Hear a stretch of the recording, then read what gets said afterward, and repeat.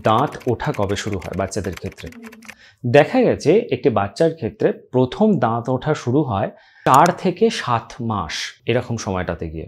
এই সময়টাতে প্রথমে মাড়ি শক্ত হয়, তারপরে দাঁত বেরোনো শুরু হয়। বাকি সবগুলোর ক্ষেত্রেও তাই হয়, প্রথমে মাড়ি শক্ত হয়, তারপরে এক এক করে দাঁতগুলো বেরোনো শুরু হয়। প্রথম যে দাঁতটা দেখা যায় লোয়ার সেন্ট্রাল ইনসিজার, অর্থাৎ মাড়ির সামনের নিচের মাড়ির বা নিচের পাটির সামনের দুটো দাঁত বেরোতে দেখা যায়, যেটাকে লোয়ার সেন্ট্রাল ইনসিজার বলা হয়, যেটা দেখা যায় 4 থেকে 7 মাস এরকম সময়টাতে গিয়ে।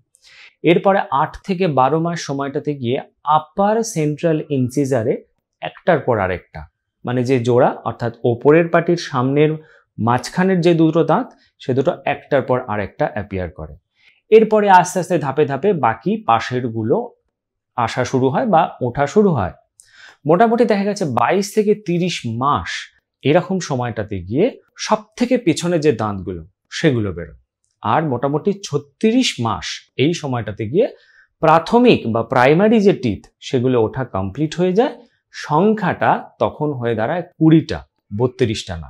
এবার এরকম হতেই পারে যে দাঁত ওঠার লক্ষণ বা দাঁত ওঠা যে শুরু হওয়া, এই যে বললাম যে মাড়িটা প্রথমে শক্ত হয়, তারপরে দাঁত বেরোয়, এটা অনেক বাচ্চার ক্ষেত্রে 3 মাসেই দেখা যায়।